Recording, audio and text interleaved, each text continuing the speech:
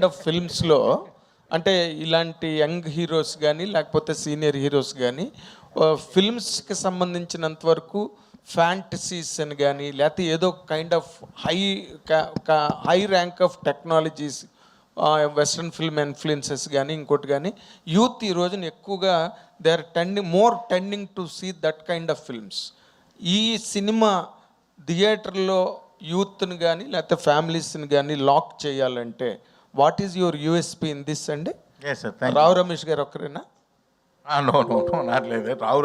రావు రమేష్ గారు కూడా ఒక్కరే కాదు ఒకరు. వాట్ ఎల్స్ అంటే ఇప్పుడు మీరు అన్నది 100% కరెక్ట్. మై మోటో ఎప్పుడు ఎలా ఉంటుందంటే, నేను ఎప్పుడు దేని మీద సినిమాలు తీస్తూ ఉంటానంటే, నా సినిమా చూడడానికి వచ్చిన వాళ్ళందరూ కూడా ఎన్ని టెన్షన్స్ ఉన్నా 2 hours కాస్త రిలాక్స్ అయ్యి ప్రశాంతంగా ఇంటికి వెళ్ళి భోజనం చేసి పడుకోవాలి. అదే ఉంటుంది నాకు.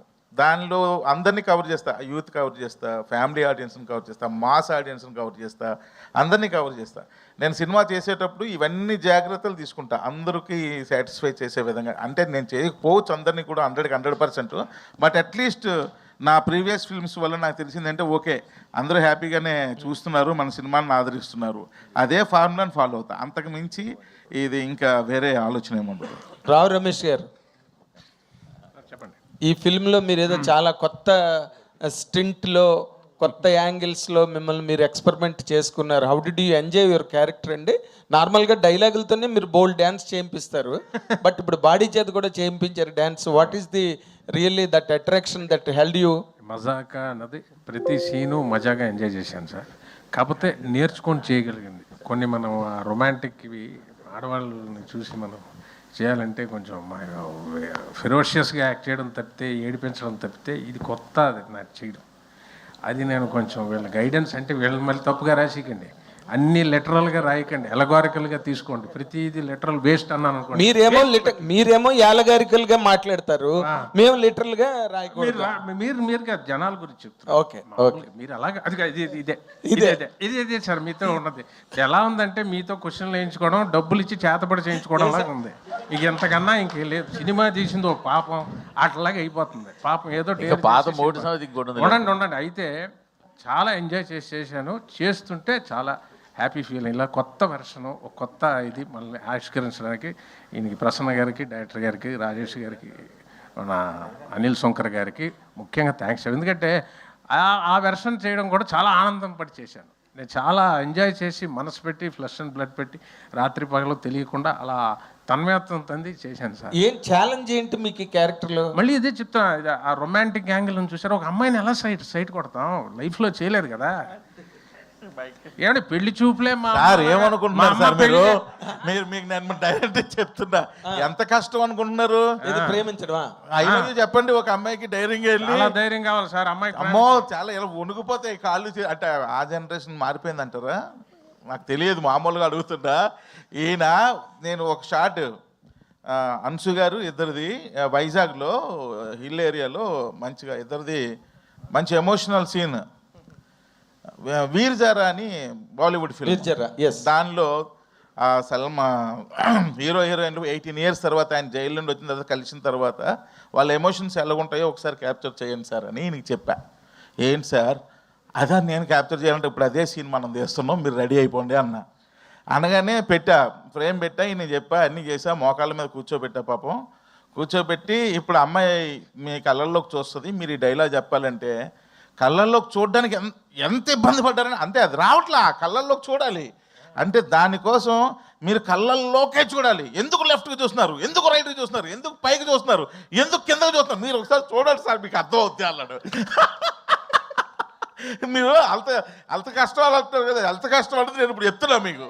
రమేష్ గారు ఇంకా ఒక అమ్మాయి రోడ్డు మీద వెళ్తుంటే ఫాలో అవ్వాలి రమేష్ గారు అంటే, సార్ ఫాలో అవడం ఏంటి సార్, మీరు అనకాపిల్లో బాగా ఫాలో అయినట్టున్నారు, మీకు అలవాటు ఉన్నట్టుంది, నాకు కొంచెం కష్టంగా ఉంది సార్. అది వెరీ ఈజీ సార్, హాయ్ అని చెప్పి లెఫ్ట్ నుంచి రైట్కి జంప్ చేయండి అన్న. అంటే ఓ ఇది బాగుంది అని చెప్పి ప్రతిదీ ఆయన లెర్నింగ్ అనమాట. లెర్నింగ్ చేస్తే ఇవన్నీ నేను చెప్తున్నవన్నీ రేపు స్క్రీన్ మీద ఎంజాయ్ చేస్తుంటారు. అంటే మీరు యూత్ లో రాముడు మంచి బాలుడు అండి మీరు. ఏంటంటే ఇప్పుడు చెప్తే మీకు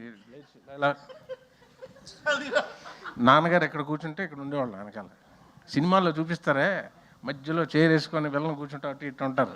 నాన్నగారు కూర్చుంటే ఇది ఇంట్లో పెద్ద పులు తిరుగుతున్నట్టు ఉండేది.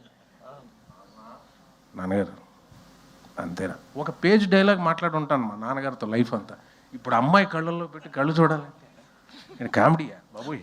చాలా ఇలాంటి నార్మల్గా నాన్నగారి ఫుట్ స్టెప్స్ లో వచ్చారు.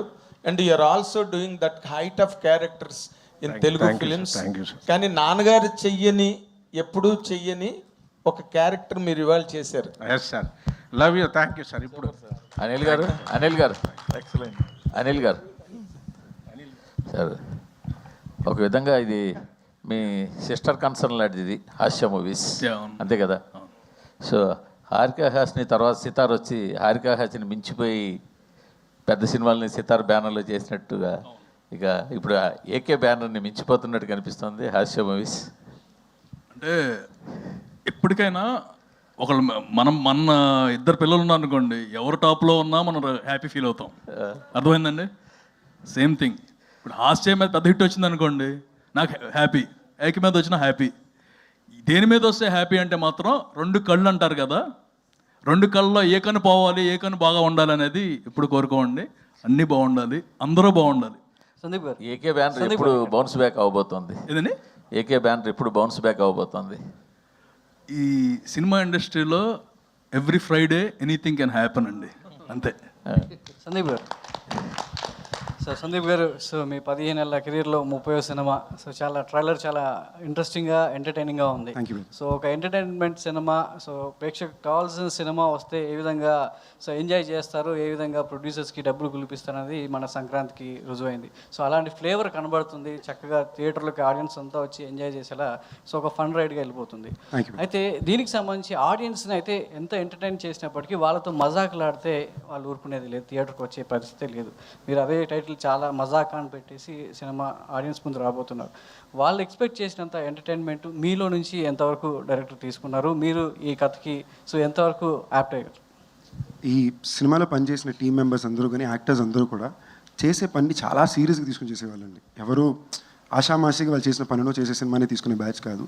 ఐ థింక్ ఈ సినిమా కుదిరిన అతిపెద్ద అదృష్టం కూడా అదే. మీకు మజాక్ అనే cinema out of 2.5 hours run time ఉంది. 2 గంటల సేపు చాలా లౌడ్ లాఫ్టర్ ఉంటుంది థియేటర్లో. సో మేము చాలా స్ట్రాంగ్గా నమ్ముతున్నాం, ఏమైతే ఆ ప్రామిస్ ఇస్తున్నామో that promise will be satisfied. చాలా లౌడ్ లాఫ్టర్ చాలాసార్లు మీకు థియేటర్లో అనిపిస్తుంది. సందీప్ గారు అంటే వెంకటాద్రి